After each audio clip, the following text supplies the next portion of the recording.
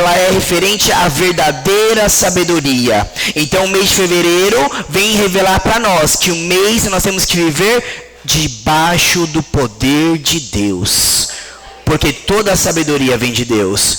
Vamos continuar. Terceiro dia, mês de março, a pedra de carbúnculo, referente à tribo de Levi, que celebra beleza divina. E aí essa referência mexe muito comigo. É viver o mês em adoração ao Senhor. Mas a tribo de Levi fazia uma só coisa: cuidava das coisas do tabernáculo. E amados, deixa eu falar algo para você aqui. Às vezes você precisa fazer uma só coisa para Deus, mas fazer como a tribo de Levi fazia, em excelência, adorando ao Senhor em todo o tempo. Então o quarto dia, referente ao mês de abril, é a esmeralda, referente à tribo de Judá, que significa fé e esperança, que vai nos levar a viver com fé e esperança em Deus. O mês de maio é uma outra pedra, se não me engano, sardônio, que é da tribo de... Tá faltando uma tribo ali. Ah, boa. Agora entendi. O mês de abril e maio é praticamente a mesma pedra, referente a uma tribo. Vamos lá. O mês de junho, nós vamos referente ao sexto dia. A pedra de safira, referente à tribo de Issacar. Vamos lá. Então, o mês de maio é a safira, que é a tribo de Issacar, sabedoria espiritual, viver na revelação de Deus. Vamos lá. Mês de junho é o diamante, referente à tribo de Zebulon, que significa firmeza. Amados, nós temos que viver firmes em Cristo. Vocês estão vendo que nós temos uma palavra direcionada para cada mês, mas no final das contas todas apontam para um só lugar: Cristo. Então tudo que nós temos que viver esse ano é para apontar uma só coisa: Cristo. Vamos continuar. O mês de julho foi referente ao sétimo dia, pedra de jacinto, que aí há uma divergência, vai se referenciar ou a tribo de Dan ou a tribo de Gade, mas vamos usar aqui a tribo de Dan, que significa justiça. Precisamos viver vigilantes segundo o céu. Amados, nós precisamos acordar. Tem um louvor que é: desperta tu que dormes na escuridão, né? Nós temos que despertar, porque a escuridão não está brincando de ser escuridão. Vamos lá, o mês de agosto, a pedra de Ágata, referente à tribo de Naftali, que significa liberdade, viver em vitória no meio da luta. Irmãos, a luta é certa, amém? Não sei se vocês concordam comigo, mas luta sempre vai ter. Mas um problema que nos difere do mundo é que nós temos a certeza da vitória no meio da luta. Porque aquilo que nos aprisionava já não nos aprisiona mais. Nós somos livres em Cristo Jesus. Vamos lá, o mês de setembro, a pedra ametista, referente à tribo de Gade, fala sobre sobriedade. Viver de maneira equilibrada. Estamos acabando, paciência. Mês de outubro, referente à pedra de berilo, a tribo de Asser, que significa abundância. Só que Deus colocou uma palavra no meu coração: é uma prosperidade coletiva. Eu sei que nós queremos ser prósperos individualmente, mas aqui nós estamos falando de um peitoral que tem 12 pedras, lembra? 12 pedras, 12 tribos, que refere-se a um povo. Então a prosperidade não é minha ou não é sua, a prosperidade é nossa. A prosperidade coletiva da igreja do Senhor. Porque se a igreja não romper, amados, me perdoe, nós não vamos romper individualmente. Vamos lá, estamos acabando. Ontem, mês de novembro, referente à pedra de ônix, a tribo de José, que significa perseverança, viver de maneira fiel. E nós chegamos hoje no 12º dia, assim como o pastor Rudinei nos ensinou no primeiro dia, que a primeira pedra ligava-nos ao sumo sacerdote, iniciava o sumo sacerdócio. Aqui no último dia, a pedra de jaspe, ela vai fechar o sacerdócio. Então, o mês de dezembro é a pedra de jaspe, referente à tribo de Benjamim, plenitude. E isso remete-se a uma só coisa: refletir a glória de Deus. A pedra de jaspe é a última pedra a ser colocada no peitoral do sumo sacerdote. Então, amados, vamos aqui recapitular. O hebraico a gente se lê da direita para a esquerda. Amém? Então a gente lê da direita para a esquerda. Então as pedras nós também temos que ver da direita para a esquerda. Então a última pedra, a pedra de jaspe, ela é colocada no final do tronco. Ela vai fechar o peitoral. Então a primeira abre e a última fecha, mostrando a proteção que Deus tem sobre a igreja e o povo dele. A pedra de jaspe é uma pedra que tem um nível de reflexão da luz muito alto. Então é uma pedra que tem muito valor. Só que é uma pedra que não tem uma cor certa. É uma pedra que, dependendo de onde você tira e da onde quantidade de luz que reflete, ela vai transmitir para mim, para você, uma cor diferente. É uma pedra que é de extrema resistência, que remete-se a nós a imutabilidade de Deus. Ela é uma pedra que é resistente, que nos remete à fidelidade eterna. É uma pedra que é totalmente transparente ao reflexo da luz, porque ela nos reflete a verdade sem ocultação. E ela é de uma beleza única, que nos revela a glória de Deus. Então essa é a pedra que fecha o peitoral. Só que é muito curioso que ela se refere à tribo de Benjamim. Só que se nós nos lembrarmos do nascimento de Benjamim, não é um nascimento de alegria. Vamos que eu quero ler com vocês, Gênesis 35, a partir do verso 16. Esse é o último filho de Israel, Jacó, com aquela esposa que ele amava. Eles partiram de Betel e quando ainda estavam a uma certa distância de Efrata, Raquel entrou em trabalho de parto e teve complicações. Em meio às complicações do parto, a parteira lhe disse: não tenha medo, pois você está tendo outro menino.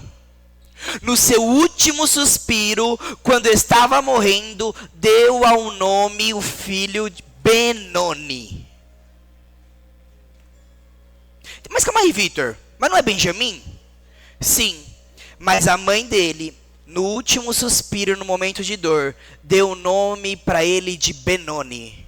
E Benoni tem um significado muito curioso: o filho da minha aflição, ou o filho da minha dor. Então Raquel, no seu último suspiro, sabendo que teria mais um filho homem, coloca o nome dele para lembrar o sofrimento. Porque Raquel, após dar à luz, ela morre. Só que aí, isso mexe muito comigo. Quando você tem a visão do Senhor, você não vê aquilo que termina em morte como algo para se lembrar apenas de um marco triste. Então Jacó, seu pai, fala: não. O nome dele não vai ser Benoni, porque essa não vai ser a última lembrança da esposa que eu tanto amei. Amados, Jacó trabalhou 14 anos para conseguir se casar com Raquel. Então ele toma uma decisão: eu sei que é difícil, eu sei que está doendo, eu estou perdendo a minha esposa amada, mas o meu filho não será um filho de dor. Meu filho se chamará Benjamim, o filho da minha destra, o filho que me trouxe alegria. Isso mexe comigo, porque a pedra refere-se à tribo de Benjamim, só que Benjamim não era para ser o nome da tribo.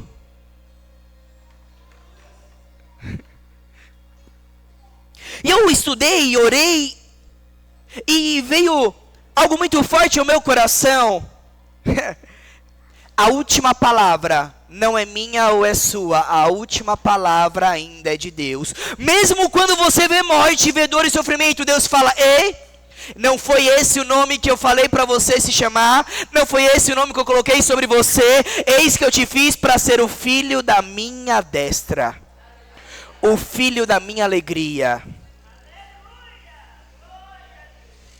E amados, isso tem que ser algo muito fixo dentro de mim, de você. Porque se nós olharmos as situações da maneira natural, nós vamos ter muito mais motivo para chorar do que para se alegrar. Mas Deus está nos lembrando nessa noite, eu ainda continuo no controle de todas as coisas. Porque no meio do maior sofrimento, eu sou um Deus que faço sair a maior alegria. Então o último filho de Jacó, que leva à morte da sua amada esposa, é colocado o nome de Benjamim, o filho da minha destra, o filho da minha alegria. E isso mexe muito comigo, porque isso vai nos remeter a alguém que sofreu muito, sangrou muito, chorou muito, para nos trazer a alegria. Não tem como nós fazermos essa ministração sem relacionarmos agora essa última pedra de jaspe, a tribo de Benjamim, ao apontamento profético que ela tinha na época, e ao que nós temos de revelação no dia de hoje. Em Apocalipse, a partir capítulo 4, vai começar ali a João descrever quem ele via sentado no trono. E eu quero ler com vocês do 1 ao 6, se eu não me engano. Apocalipse 4. Depois dessas coisas eu olhei, e eis que diante de mim havia uma porta aberta no céu. E a voz que eu tinha ouvido falar comigo no princípio, como de trombeta, disse: suba para cá e mostrarei a você o que deve acontecer depois dessas coisas. Imediatamente me vi em espírito, e eis que havia um trono no céu, e alguém sentado nele. E olha só, aquele que estava sentado era de aspecto similar à pedra de jaspe e ao sardônio. Então, quando João vai usar pedras para descrever quem ele via sentado ao trono, ele usa essas duas últimas pedras para mostrar que aquele que terminou foi aquele que estava iniciando. Lembra a pedra de jaspe no peitoral? Terminava um sacerdócio, ela fechava o sumo sacerdote. Agora a pedra de jaspe inicia um novo tipo de sacerdócio, o sumo sacerdote perfeito, que intercede por mim e por você, assentado no trono. Benjamim vem para nos apontar o que seria a vida de Cristo. Um homem que, segundo Isaías, seria um homem de dores, um homem de sofrimento, ao qual os seus o rejeitariam. Mas se nós pegarmos essas comparações, Raquel morre, mas nasce Benjamim. Quando Cristo morre, nasce-nos nós, a igreja do Senhor. A pedra fecha um ciclo de sacerdotes, mas ali Cristo, como a pedra genuína de jaspe, inicia um novo ciclo de um sacerdócio eterno, ao qual agora você não precisa mais que alguém entre por você. Ele te dá acesso para que você entre na presença dele e veja ele como ele é. Uma pedra de jaspe, um arco-íris semelhante a uma esmeralda circundava o trono. Isso é muito maravilhoso, porque agora eu quero fazer com vocês uma comparação de como foi montado o acampamento das 12 tribos no deserto. Então vamos lá. Aqui em Êxodo, lá 28, a partir do 25, 26, Deus dá uma direção para Moisés de construir o tabernáculo. E dá a ele um ensinamento de tudo que ia ser feito. Foi nos dado a oportunidade de aprendermos sobre 12 pedras, que nós aprendemos que são referentes a 12 tribos, que se refere a um só povo. Só que havia uma maneira correta das 12 tribos se assentarem diante do tabernáculo. Então, amados, eu não desenho bem, mas espero que vocês entendam. O acampamento do povo judeu era o tabernáculo no centro, e tínhamos a oriente ou a oeste, 3 tribos assentadas. Nós tínhamos ao norte 3 tribos assentadas. Nós tínhamos a leste 3 tribos assentadas. E nós tínhamos a sul mais 3 tribos assentadas. O tabernáculo no centro, com a arca da aliança que representava a presença de Deus, era protegido e guardada pelas 12 tribos.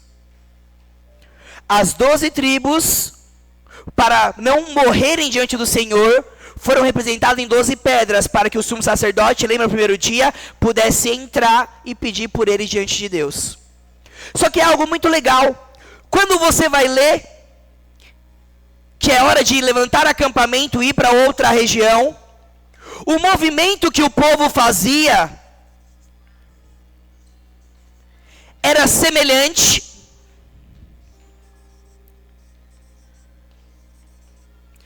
de uma cruz, porque eles andavam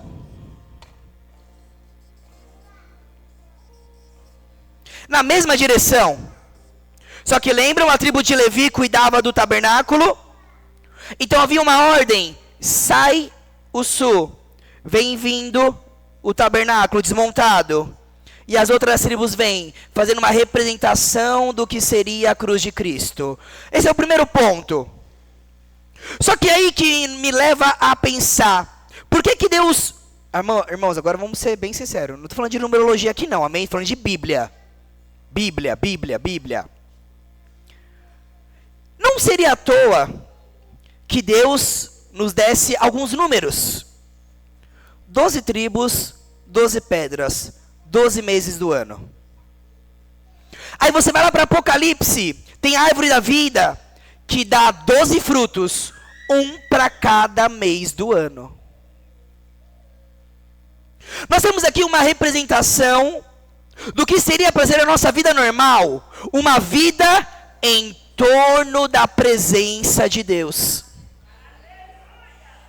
Uma vida que eu não ando em qualquer direção, eu não ando sozinho, da ordem, todos levantam o acampamento e andam na mesma direção. Assim como as 12 tribos foram as responsáveis por apresentarem ao povo o Deus verdadeiro, vocês lembram?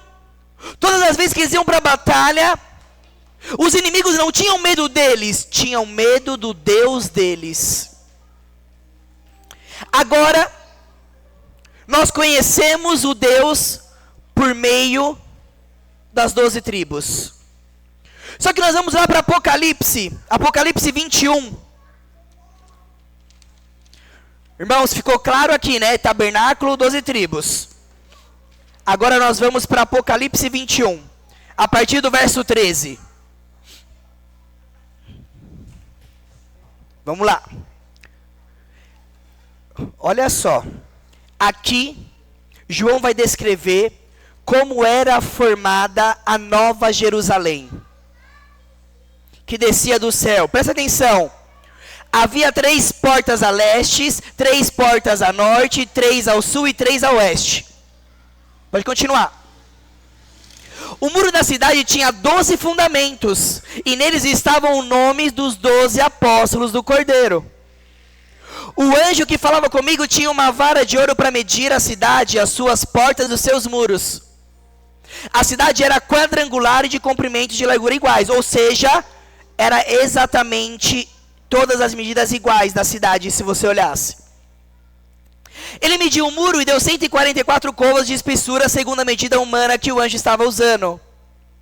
O muro era feito de jaspe e a cidade era de ouro puro, semelhante ao vidro. Os fundamentos dos muros da cidade eram adornados com toda sorte de pedras preciosas. O primeiro fundamento adornado era de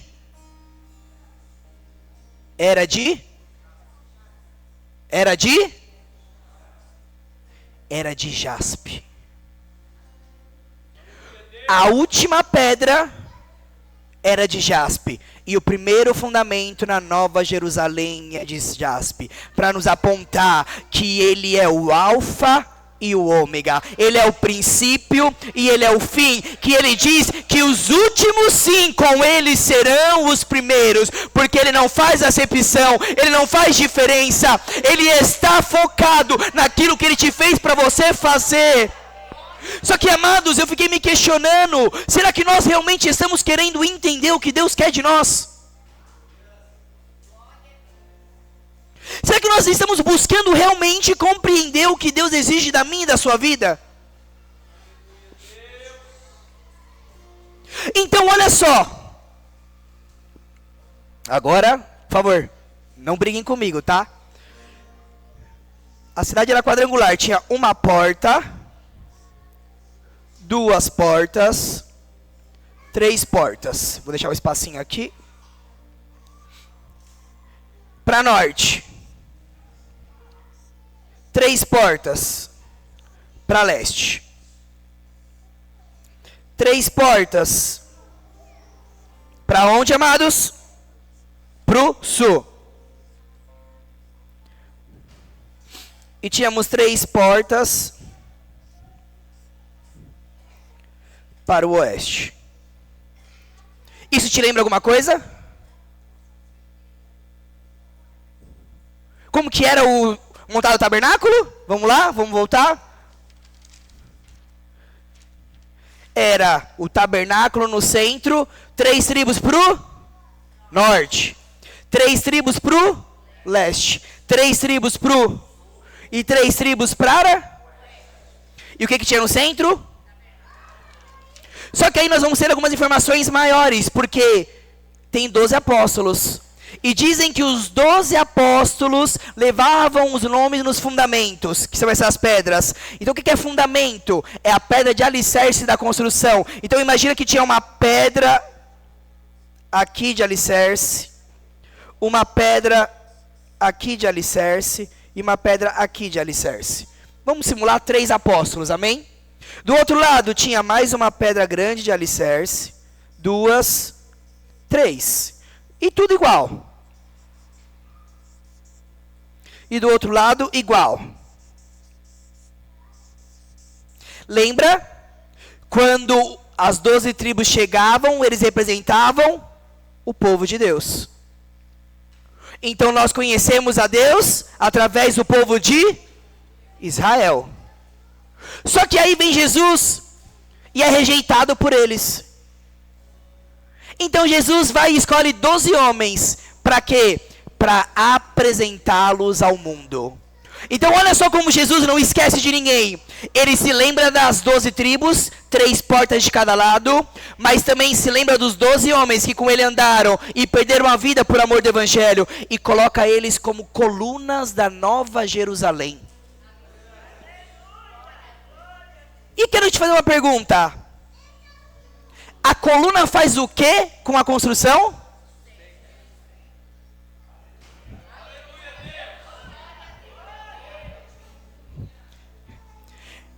Não é à toa que Pedro vai nos ensinar que nós somos pedras vivas, feitas para sermos encaixadas perfeitamente. Porque ele sabia que na cidade do Senhor toda pedra é preciosa e é importante ter um lugar correto. Na Nova Jerusalém do Senhor, todos nós temos um lugar especialmente reservado para habitarmos com Ele. Só que, amados, lembra, antes aqui no meio tinha um tabernáculo que representava a glória de Deus, amém? Só que se nós olharmos, vamos continuar o texto com vocês? Vamos lá. O primeiro fundamento era ornamentado com a pedra de jaspe, o segundo com safira, o terceiro com calcedônia, o quarto com esmeralda. O quinto com sardônio, o sexto com sardio, o sétimo com crisólito e o oitavo com berílio, o nono com topázio, o 10º com crisópraso, o 11º com jacinto e o 12º com ametista. As 12 portas eram 12 pérolas. Cada porta feita de uma única pérola. Então, olha só, Antes as pedras estavam apontando as 12 tribos, mas agora na Nova Jerusalém, eles se tornam uma coisa só. Eles são o quê? 12 pérolas, porque eles passaram pelo processo de purificação e se transformaram naquilo que é representação da glória de Deus. Continuar. A rua principal da cidade era de ouro puro, como vidro transparente. Irmãos, ouro é transparente? Ouro reflete a cor de ouro. Mas como que aqui, Vitor, a Bíblia está falando que a rua... Volta lá para mim. A rua principal da cidade era de ouro puro, como vidro transparente. Porque quando nós estamos perto de alguém que tem maior valor, nós apenas refletimos o seu valor. E eu vou mostrar para vocês por quê. Olha só no próximo capítulo, no próximo verso. Não vi templo algum na cidade. Olha só. Antigamente o povo ia no templo adorar, ia no templo buscar, ia no templo sacrificar. Mas na Nova Jerusalém não precisa mais de sacrifício, não precisa mais perdoar pecado, pois o Senhor Deus, o Todo-Poderoso e o Cordeiro são o seu templo. Então é mais ou menos assim. Te louvou, eu vi o Senhor assentado no alto e sublime trono. Imagina que tem um trono, e ao lado direito um trono semelhante. Só que a palavra do Senhor vai dizer que nós estamos assentados com Cristo no seu trono. Então normalmente os súditos ficavam abaixo do rei, amém? Dos príncipes. Mas nos céus não. Nos céus é tudo assim, ó. É trono para mim, trono para você. Trono para mim e trono para você. E vai enchendo. Porque agora nós estamos na posição inicial ao qual não éramos para ter saído. Filhos e filhas semelhante ao Filho unigênito de Deus. Só que Vitor, lá no começo diz que os muros da cidade eram como jaspe, mas transparentes, porque, presta uma atenção bem importante, vai dizer que lá não tem mais sol, não tem mais lua, não tem mais estrelas, por quê? Porque a cidade é iluminada pelo esplendor da glória de Deus. Sabe por que agora são 12 pérolas e 12 fundamentos? Porque o que importa agora não é mais a pedra, é aquilo que é refletido na pedra. O que importa na minha e na sua vida é quem nós temos refletido. O que importa na minha e na sua vida é que Jesus que nós temos imitado. Porque vamos ser bem sinceros, estamos vivendo dias que cada um faz o seu próprio Jesus para você. Aí você fala, eu sou um seguidor de Jesus. Irmãos, às vezes eu tenho que perguntar, mas que Jesus? Porque o que você tem feito, o Jesus da Bíblia não fez e não ensinou ninguém a fazer. O Jesus da Bíblia é o único que se revelou plenamente a quem quiser conhecê-lo. E eu fiquei perguntando para Deus, o que você quer para nós então no final deste ano, no mês de dezembro? E Deus foi muito claro. Assim como na Nova Jerusalém, eu serei aquele que vai iluminá-los e eles refletirão a minha glória. No final deste ano, filhos e filhas, vocês terão que refletir a minha glória. O mês de dezembro para mim e para você é um mês de refletir a glória de Deus. Você quer começar o ano bem? Tá tudo certo. Mas que seu objetivo seja terminar o ano refletindo a glória de Deus. Que terminar o ano, você seja aquele que ao olharem para você conheçam o Deus que você serve. que ao terminar o ano, assim como quando os viam as 12 tribos, sabiam o Deus que eles serviam, quando viam os 12 apóstolos, sabiam o Deus que eles serviam, ao olharem para você, eles saibam o Deus que vocês têm servido.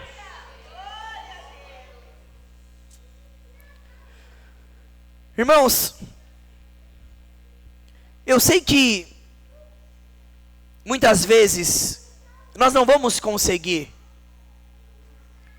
refletir essa glória plenamente.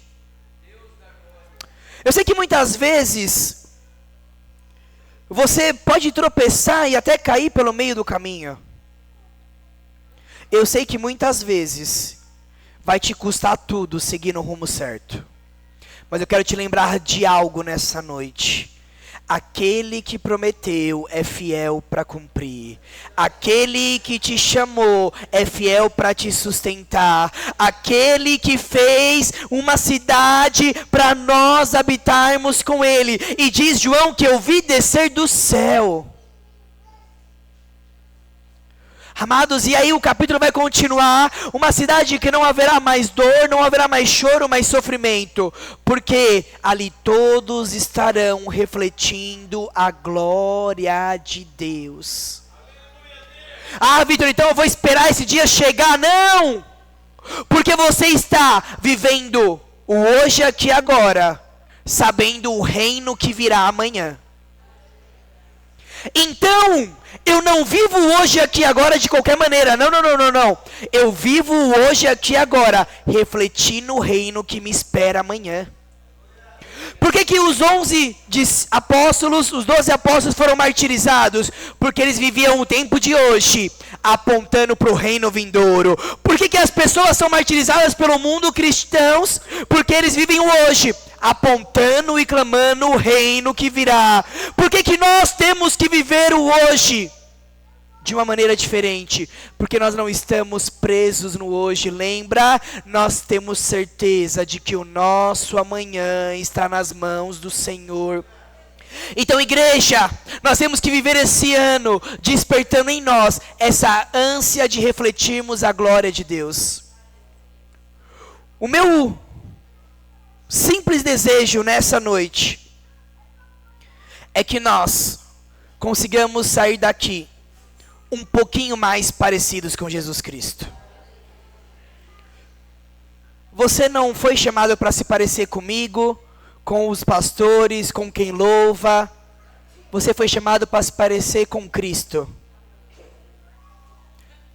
E por mais que você olhe e você ache que você está distante, Cristo fala para mim e para você nessa noite: eu ainda continuo te esperando para te forjar, te lapidar e te transformar nessa pedra de grande valor que eu te fiz para ser. Amados, é um tempo de posicionamento. Não dá mais para brincarmos de igreja. Não dá mais para vendermos a palavra do Senhor. Não dá mais para irmos aonde as palavras nos soam bem ou afagam o nosso ego. É um tempo de uma igreja que está preparada para perder a vida por amor de ganhar a eternidade. Quero te convidar a ficar de pé nessa noite.